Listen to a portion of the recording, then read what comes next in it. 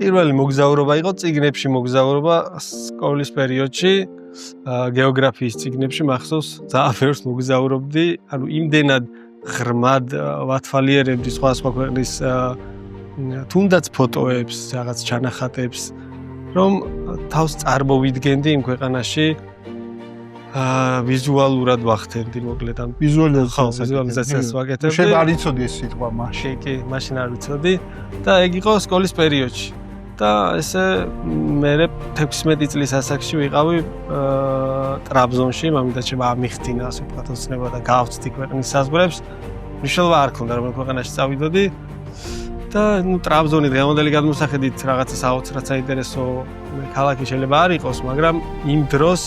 მე ვიყავი უბედნიერესი ადამიანი აი როგორც კი გავწვდი ამ სარფის საბაჟოს მანქანით ვიყავით აი გიჟივით ვიყურებოდი ვათვალიერებდი გარემოს იმიტომ რომ ეს უკვე იყო უცხო გარემო ჩემთვის